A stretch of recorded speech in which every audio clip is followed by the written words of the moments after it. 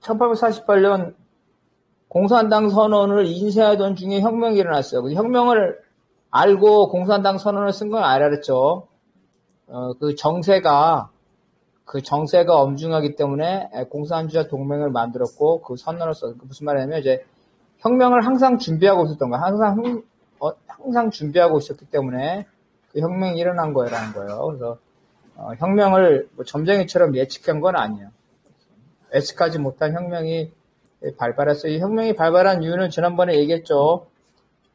선거권 확대 운동. 그죠? 선거권 확대 운동을 파리에서 무력 진압에 따르죠? 무력 진압에서 사상자가 발생했어요. 사상자. 그죠? 군인에게 발포를 명령했는데 군인들이 이 군인도 파리 시민이냐? 군인도 파리 시민. 군인도 파리 시민인데 파리 시민에게 발표하라니까 군인들이 반란을 일으켰다 그랬죠? 그래서 혁명이 일어난 거예요. 그러니까 이제 전 세계로 전 유럽으로 혁명이 다 퍼졌어요. 그 당시에 벨기에는 왕정이었어, 왕정. 그래서 왕정을 타도하고 공화국을 수립하는 운동이 생기니까 벨기에 정부가 당연히 마르크스를 감시했겠죠. 더군다나 마르크스가 무장투쟁을 준비하니까. 그래서 결국은 쫓겨나요. 마침 프랑스 혁명정부가 초청을 해서 프랑스 파리로 가게 됐다는 거예요.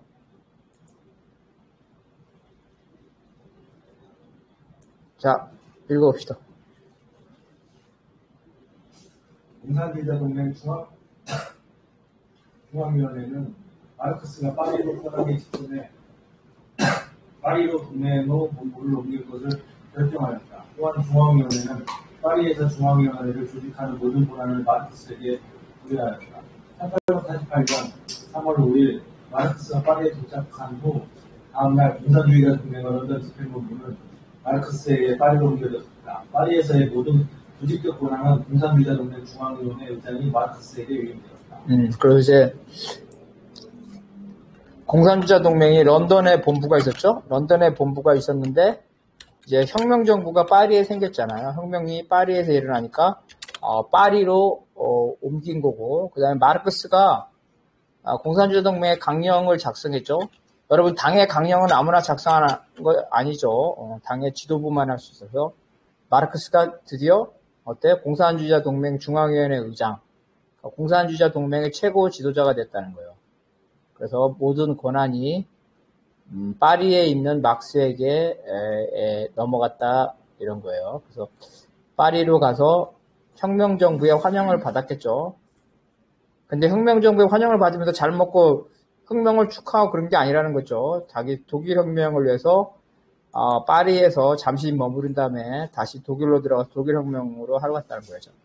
이거 읽어봅시다.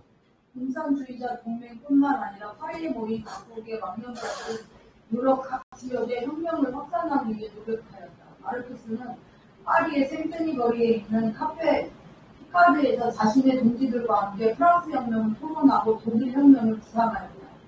공산주의자 동맹은 독일의 지역 조직을 동원하여 독일 혁명을 추진하기로 하였다. 그 당시 독일에 있는 공산주의자 동맹의 주요 중심지는 켈른, 프랑크푸르트, 암마인, 하나우, 마인츠, 아스바덴, 함부르크, 슈베린, 베를린, 보레슬라우, 마그니츠, 블로가우, 라이프치히, 니른베르크, 미넨, 암베르크, 베르츠부르크, 슈르츠바르트, 바덴부르크.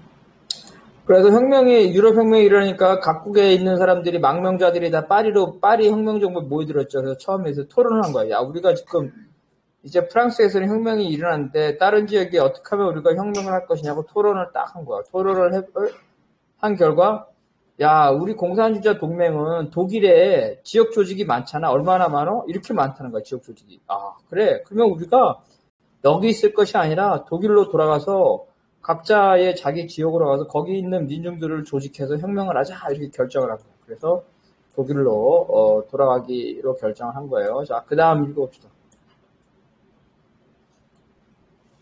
1848년 3월 프로이센의 베를린과 오스트리아와 빈에서 혁명이 발발하였다.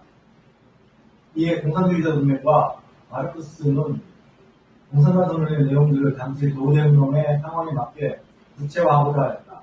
1848년 3월 하순 마르크스 앵겔스는 독일 프롤레타리아트의 민족革명인 독일에서의 공산당 의혹을 집행하였다. 이 문서는 공산주의자 동맹 중앙위원회의 동의를 얻어 파리에서 전단지로 문서되었다. 3월 30일 동맹원들이 이 전단지를 갖고 독일로 장행하였고 바로 독일 전역에 일자로 발표되었다. 독일에서의 공산당의 요구는 4월 초에 베를린, 만하임, 스티리어, 라이프니치 등의 민주주의적 신문에도 전제되었다. 1848년 10월 제2차 베를린 민주주의자 대회에 이 내용이 선언되었으며 같은 해 12월에 헬른 노동자 동맹회의에서 이 요구의 개별적 조항들이 심의되었다. 그 밖에도 라이프치히 등에서 총책자로 발표되었다. 자, 이 당시에 독일을 봅시다. 독일이 어떻다 그랬어요? 원래 300개 소국, 제후국이라 그러죠. 제후국으로 구성되어 있었죠. 그런데 이 제후국을 누가 점령했어요? 나폴레옹이 점령했어. 그러니까 좀 정리가 됐겠죠. 정리가 됐어. 나폴레옹이 정리했고, 나폴레옹이 전쟁에서 패배한 이후에 빈 체제죠? 빈 체제에서는 어떻게 해서 38개의 제국으로 정리가 됐어, 독일이. 그래서 이걸 독일 제국이라고 그래요. 독일 제국.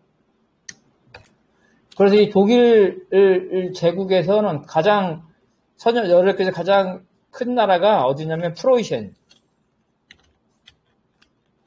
프로이센과 오스트리아. 그러니까 프로이센과 오스트리아는 독일 제국의 일부예요. 일부. 그 독일 제국 황제에 있어. 독일 제국 황제는 명목상이야. 명목상. 힘이 없어. 명목상. 이런 독일 제국. 그래서 이 베를린과 오스트리아, 빈, 이게 다 독일이죠. 독일이 혁명에 일어난 거야. 그래서 이제, 공산당 선언을 독일에 그대로 적용할 수 없죠. 왜냐면 이건 유럽의 내용이니까. 영국, 프랑스 다 들어있으면서 독일에 맞게끔 한 거야. 그래서 독일에서, 즉, 독일판 공산당 선언. 이게 사람들이 이걸 잘 몰라요. 중요해요. 마르크스가 유럽 일반적인 상황을 한 공산당 선언뿐만 아니라 자기 조국인 독일의 상황을 한 독일판 공산당 선언을 썼다는 게 중요해요. 마르크스가 여러가지 민족 문제, 자기 조국의 혁명, 통일, 이 문제에 전혀 무시하지 않았다는, 무시할 뿐만 아니라 오히려 독일 혁명을 하기 위해서 독일로 잠입을 했다 그랬죠. 그래서 독일로 잠입을 해서 이러한 내용들을 널리 이 선전을 했다는 거예요. 자, 그 다음. 17개 항목으로 구성된 독일에서의 공산당의 요구는 공화제, 남성 보통 선거의 실시, 국회의원들에 대한 공급제도, 국민의 보편적 보장, 정치와 종교의 분리, 무상교육, 은행과 운수기관의 국유화, 상속권의 박탈, 무진세 도입과 소비대역 폐지, 국민작업장의 설립과 고용보장 등을 포함하였다. 특히 강제노역과 지대노역, 그리고 공권적 구역을 보상 없이 폐지하고 왕실과 공권 영지의 토지를 국유화하여 국가에 양도해야 한다는 토지감령을 포함하였다. 자, 1번이 뭐냐면은 이 당시 독일 제국이라 했죠. 오스트리아도 왕국이고 프레시아도 왕국이에요. 그래서 왕정을 왕을 없애고 공화정으로 하자는 거죠. 공화정으로 독일 공화국으로 통일하자는 거예요. 첫 번째 요구가 독일을 공화국가로 통일하자. 독일이 분단되어 있으니까 38개로. 자, 그래서 봅시다. 통일. 그죠? 민족 문제죠? 그 다음에 민주주의 문제네. 민주주의. 선거. 그죠? 선거. 그 다음에 표현의 자유. 이렇게 돼 있죠. 하나씩 봅시다. 국회의원에 대한 봉급제도. 와, 이거 엄청나게 중요한 문제야. 국회의원에게 월급을 줘야 된대. 우리 조선일보 같은 데 보면 요즘 뭐라고 하나. 야, 국회의원 새끼들 월급 일도 안 하는데 무슨 월급이야? 월급 깎아 너무 많아. 이렇게 막 얘기하지. 국회의원을 욕하는 게 많이 나오잖아요. 근데 막스가 국회의원한테 월급을 줘야 된다 그랬어. 왜 그랬을까요? 당연히. 자, 국회의원이 월급을 안 받으면, 자, 국회의원이 월급을 안 줘. 월급을 안 주면, 한 개를 한 명씩 국회의원 할 거야? 월급 안 주는데? 그러니까 부자들만 하지, 부자들만. 부자들만 국회의원 한단 말이야. 먹고 살기 힘든데 일반인이 어떻게 해? 부정이 일어났을 때, 부자들만 국회의원을 한다는 거야.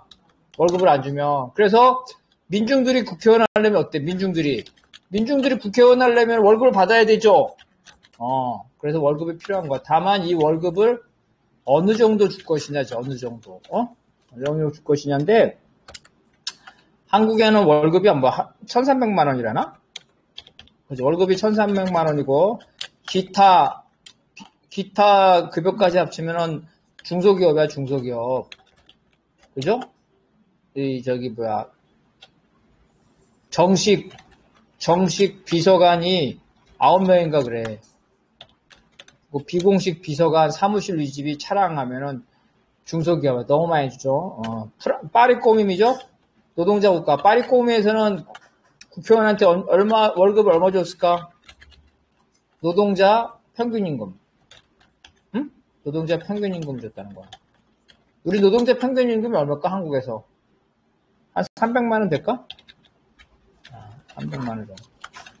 300에서 350만 원 될 거예요. 왜냐면 대기업도 있고 중소기업도 있습니다. 이 정도를 줬다는 거라서 중요한 거 국회의원한테 월급 줘야 된다. 그죠? 안 주면은 부자들만 한다는 거지. 그 다음에 국민의 보편적 국민의 무장권. 왜 국민의 무장권을 왜 인정했을까? 국민 무장권. 왜? 미국에서처럼 총기수. 미국도 헌법에 나와 있죠? 미국도 시민 무장권이 있어요. 헌법에. 왜 무장권이 왜 있을까?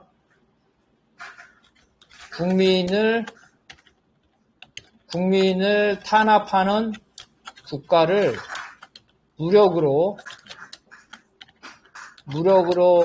전복하는 것은 기본권이야, 기본권. 국민의 권리란 말이에요. 그래서 미국의 헌법도 그렇게 돼 있어요. 이걸 뭐라 그러냐면 총리의 소유는 인디안과의 전쟁 과정에서 자신의 총리 소유 권한을 확보한 거지. 부정한 권력을 맞설 수 있는 시민무장은 되는 아닌 거라는 겁니까? 프랑스 뭐지? 인디안과 싸우는 총리를 이런 무장권은 미국 인디안이 아니라 유럽의 전통적인 권리예요. 전통적인 권리. 이전에도 그 전부터 총리를 전통적인 권리. 미국에서는 이거를 뭐라 그러냐면은 민병대의 권리라 그래. 민병대의 권리. 그리고 우리 헌법에 저항권 있죠? 자, 우리 헌법에 따르면 국민을 무력으로 무력 총칼죠. 총칼로 진압하는 군대에게 총등 무력 투쟁을 하면 이게 합법, 즉 헌법에 부합해요? 아니면 헌법에 어긋나는 거예요? 자, 지금 특별한 사정이 없는데 계엄령을 내렸어. 윤석열이 20%인데. 계엄령을 내려가지고 지난번에 우리 박근혜가 그랬댔죠. 박근혜 때 어떻게 됐어요? 박근혜 때 탄핵이 부결됐는데 만약에 국민들이 집회를 하면 계엄령을 내린다 그랬죠. 그 계엄령 문건 발견됐잖아요. 총칼로 진압하는 때 국민들이 총칼로 무력투쟁을 해. 파출소를 습격하라, 경찰서를 습격해서 무력투쟁을 해. 이거 나중에 처벌 받을까요, 안 받을까요? 정당 방위가 인정되는 경우는 처벌 받을까, 안 받을까? 자, 강주에서 시민군들 있죠? 시민군들, 이거 처벌을, 자, 헌법재판소에서 뭐라 그랬어, 이거? 처벌했어요? 이거는 저항권이라 했잖아, 저항권. 잘한 일이라 했어, 저항권. 유럽에서도 공기 소유가 허가 되나요? 저항권. 저항권만 얼마, 보상까지 받았죠? 시민군들 보상까지 받았죠? 보상권 받았어. 유럽에서, 총기 소유 당연히 되죠. 스위스는 집집마다 총이 다 있어. 총알은 국가에서 보장하고. 많은 문제를, 유럽에서 일반적으로 공기 때문에 많은 사고나 문제가 발생하고 계속 있어요. 무장의 권리라는 거, 무장의 권리. 이게 무장의 권리가 중요한 거예요. 그래서 이거, 오히려 국민의 보편적 무장.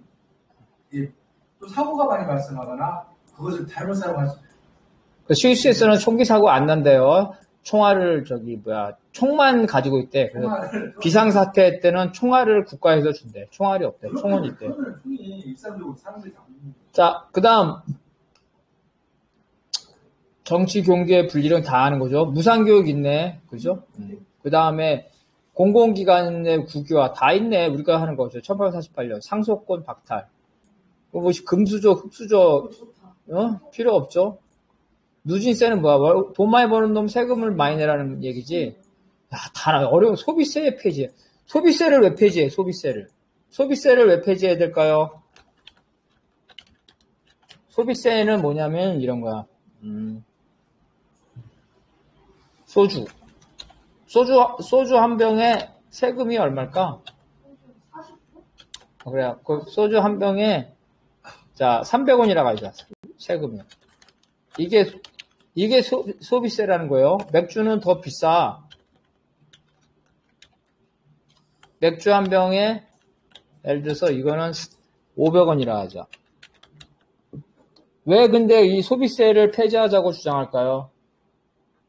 서민들이 많이 이용하고, 사실 서민들은 경제적으로 여유가 없으니까 라는 이유인데,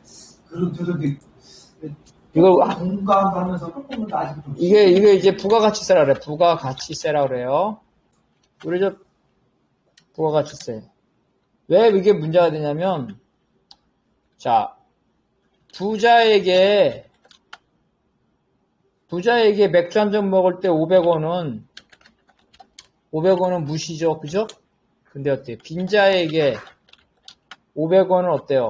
큰 돈이죠? 500원은 큰 돈이죠. 그래서 부자나 가난한 사람에게 똑같은 세금을 낸단 말이야. 이걸 부가가치세, 간접세라고 그래요. 소득에 비례하는 세가 아니야. 그래서 이 부가가치세, 간접세는 불평등한 세금이어서 이러한 불평등한 소비세를 폐지하라는 거예요. 그 당시에 벌써 이런 게 다. 그 다음에 국민작업장의 설립, 고용보장. 야, 일할 권리를 보장해달라는 거야. 국민작업장은 뭐야? 국가공장이죠? 국가공장. 국가가 일자리가 없는 게 노동자 잘못이야? 국가의 잘못이야? 일자리가 없는 거. 그죠? 국가가 정책을 잘못 쓰는 거 아니야. 국가가 정책을 잘못해가지고. 국가의 역할이 뭐야? 국민을 먹여 살리는 거잖아. 그죠? 국가의 역할은 뭐야? 국민을 먹여 살리는 거야. 국민을 먹여 살리라고 국가가 만들어 놓은 거지. 근데 내가 일하고 싶어도 열심히 일해야 하는데 일자리가 없어. 국가가 정책을 잘못한 거야. 그러면 어떻게 해야 돼? 국가가, 생계비를 주던지, 생계비를 못 주면 국가가 일자리를 줘야 돼, 일자리. 근데 기업이 없어. 일자리를 줄 기업이 없어. 그러면 어떻게? 국가가 고용하는 거야. 국가가 고용. 이게 바로 국가공장이야. 국가공장. 이게 바로, 국민작업장이라는 거. 여러분, 우리나라에 국가공장이 있을까, 없을까? 누구요? 국가공장. 누구요? 국가가 일자리를 못 주면 국가가 고용하는 거야. 있을까, 없을까? 공공근로. 공공근로. 바로 그거야. 잘했어. 맞아. 공공근로야. 그게 그런 게 국민작업장이라는 거야. 그렇게. 그죠? 이 바로 공공근로. 이런 게 국민작업장의 근거, 공공근로. 그죠? 많은 월급을 주진 않지만 어때? 굶어 죽지 않을 정도만 주죠? 굶어 죽지 않을 정도로만 월급을 돈을 준단 말이야.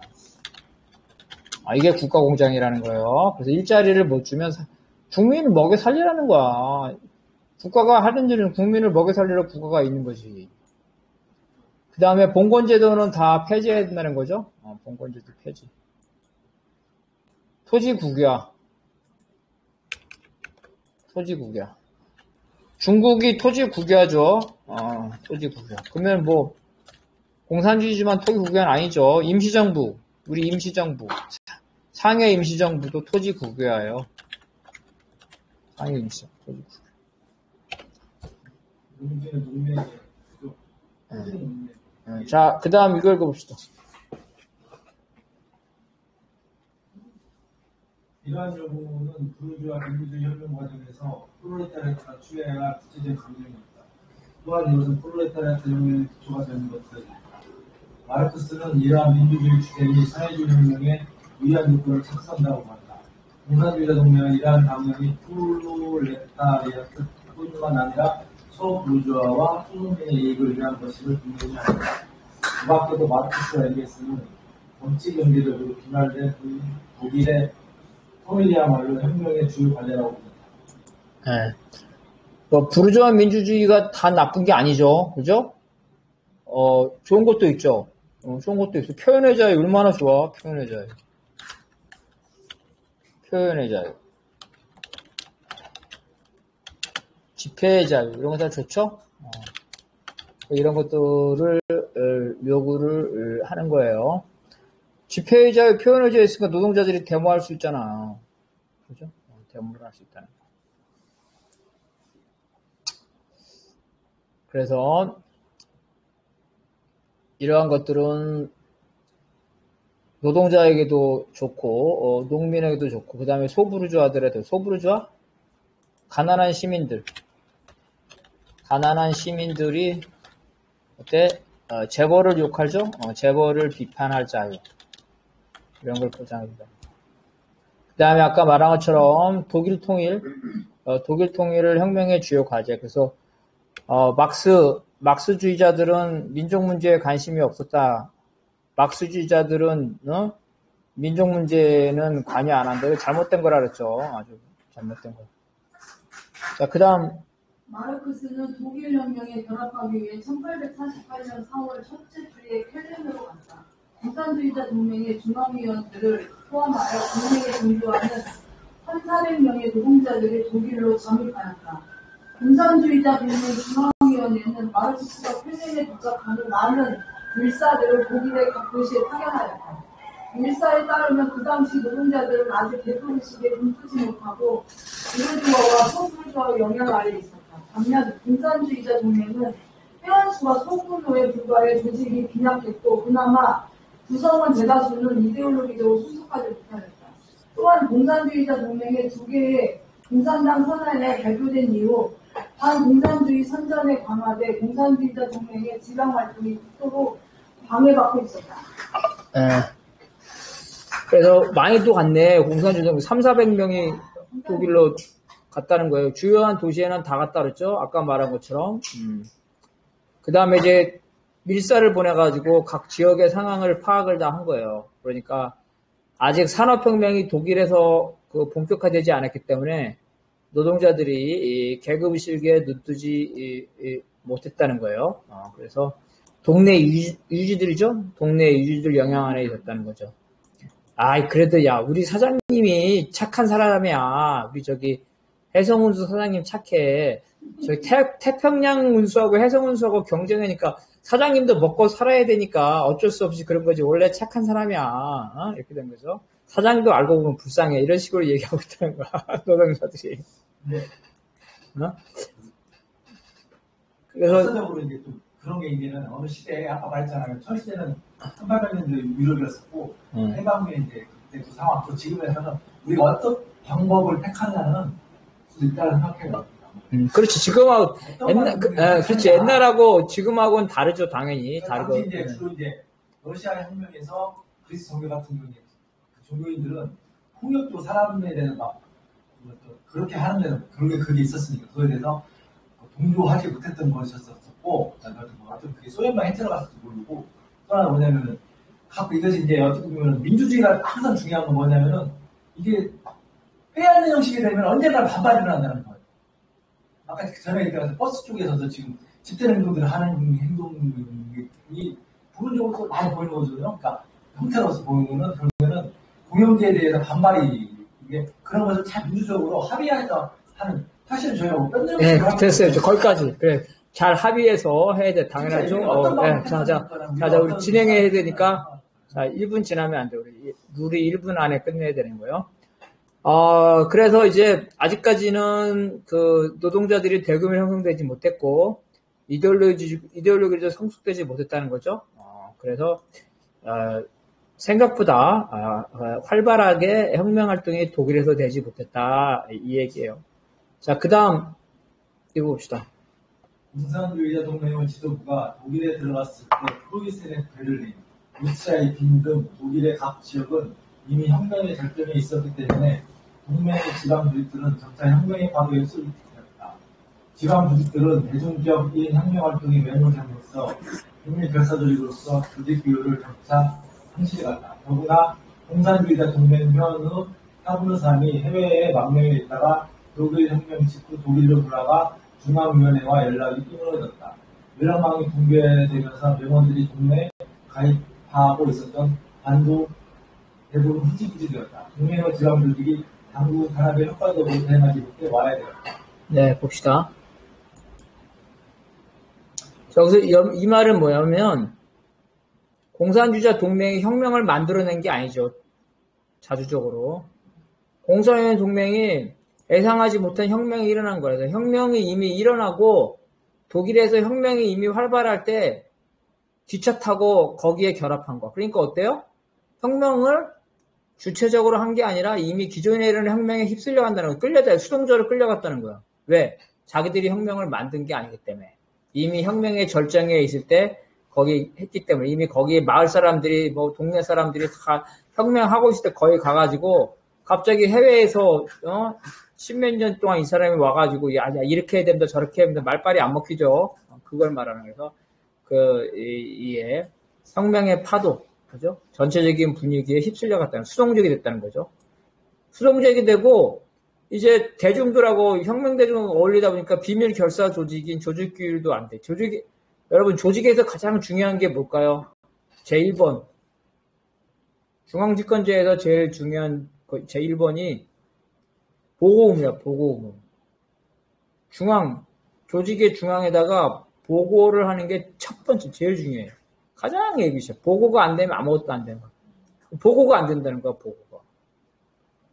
왜 보고가 안 되냐? 첫 번째, 공산주의자 동맹이 원래 해외에 있었죠. 그러니까 처음에 뭐 파리에 있었고, 런던에 있었고, 그때는 주소가 확실하니까 보고가 잘 됐는데, 몰래 비밀리에 독일로 넘어가니까 독일 돌아오고 나서 어디로 거주지도 요즘 같으면 전화 안 되지만 그 당시에는 어디로 있는지도 모르고 이렇게 되는 거죠. 그러면서 연락이 끊어지면서 보고가 안 되는 거예요. 연락망이 붕괴돼 버린 거예요. 연락망이 붕괴되니까 뭐부터 중앙 지도부는 있는데 밑에 하부 조직이 희지부지 돼 버린 거야. 밑에 하부 조직이 희지부지 돼. 그러면서 남아있는 지방에 있는 밑에 하부 조직들이 하나씩 그죠? 당국이 이제 처음에는 모르지만 시간이 지나 야 저기 노원구에 있잖아 함계람이라는 애가 저기 파리에서 5년 만에 돌아와가지고 갑자기 나대고 있단다. 경찰한테 다 들어가겠죠. 정보원한테. 그래가지고 야 함계람 감시해. 그래가지고 이렇게 다 조직이 된다는 거야. 다시 말해서 조직에서 가장 중요한 거는 연락이고, 보고, 첫 번째 보고. 왜 보고 의무가 보고 의무가 왜 중요하겠어요? 그렇지. 자, 조직의 중앙은 항상 결정해야 되죠. 결정해야 되는데, 이 결정의 근거가 뭐예요? 사실이죠? 근거가 사실관계야. 근데 중앙이 사실관계를 알 수가 없죠. 그래서 지역, 하부에서 이 결정에 필요한 사실관계를 보고를 해야 되는 거야.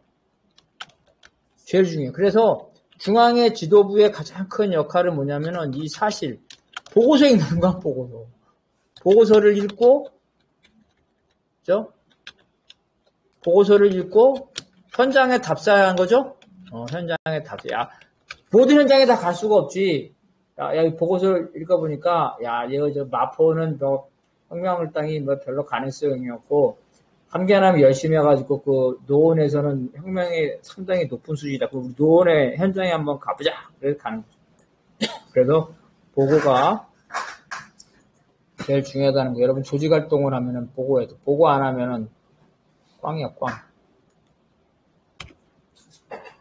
자, 그 다음.